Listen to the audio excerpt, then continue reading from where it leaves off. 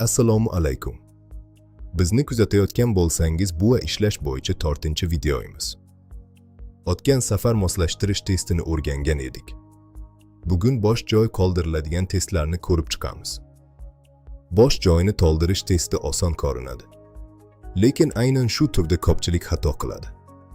Sababi oddiy, talabalar savolni tushunmaydi, faqat so'zni qidiradi. Bu matnni tushunishni, grammatik moslikni va mantiqiy fikrlashni tekshiradi. Ya'ni bu yerda yodlash emas, tushunish muhim. Birinchi qadam. Avval butun gapni o'qing. Faqat bosh joyga qarash bu xato. Siz gapning umumiy ma'nosini tushunishingiz kerak. Ikkinchi qadam. Bosh joy turini aniqlang. O'zingizga savol bering. Bu joyga nima kerak? Terminmi? Fe'lmi? Faktmi? Shuni aniqlasangiz, javobning yarmi topilgan bo'ladi. Uchinchi qadam. Grammatikani tekshiring. So'z shakli mos keladimi? Zamoni to'g'rimi? Gap bilan uygunmi? Ko'p xatolar aynan shu yerda bo'ladi. To'rtinchi qadam.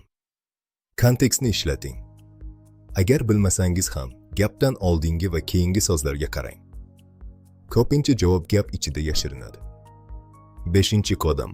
Variantlarni joylab ko'ring. Har bir variantni gapga qo'ying. Qaysi biri tabiiy va mantiqan to'g'ri chiqsa, o'sha javob. Eng katta xatolar. Talabalar quyidagi xatolarni qiladi. Faqat bosh joyga qaraydi, grammatikani tekshirmaydi, taxmin bilan belgilaydi. Mana shu sabablarga ko'ra ko'pchilik ball yo'qotadi. Ehtiyot bo'lish kerak. Professional strategiya. Agar ikkilanayotgan bo'lsangiz, gapni ichingizda o'qib ko'ring, eng mantiqli variantni tanlang va kontekstga tayaning. Va eng muhimi, testni bilim emas, strategiya ichadi. Agar siz shu strategiya bilan ishlasangiz, bu siz uchun eng osoniga aylanadi.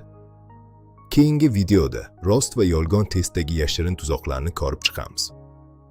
Keyingi videoda ko'rishguncha kanalga obuna bo'lishni unutmang.